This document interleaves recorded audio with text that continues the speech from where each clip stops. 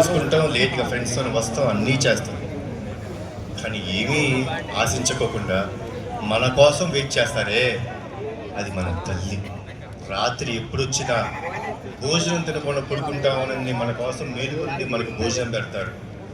పండగ వచ్చినా, సండే వచ్చినా, ఏమొచ్చినా, హాలిడేలు వచ్చినా మనం లేట్గా లెగుస్తాం, కానీ మనం లేచే టైంకి అన్నీ రెడీగా ఉంటాయని ఆవిడ రోజు పనిచేస్తారు.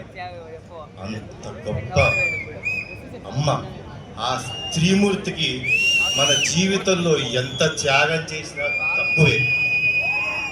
వాళ్ళని గౌరవించాలి, వాళ్ళని మనం కాపాడుకోవటం మన బాధ్యత. సో మీరందరూ స్కూల్ స్టూడెంట్స్, డెఫినెట్గా మన అమ్మలు ఏమైనా చేసినా, తల్లిదండ్రులు ఏమైనా చేసినా కొంచెం చికాకు పడతాం, కానీ పడద్దని. వాళ్ళు లేకపోతే మనం లేవు. ఈరోజు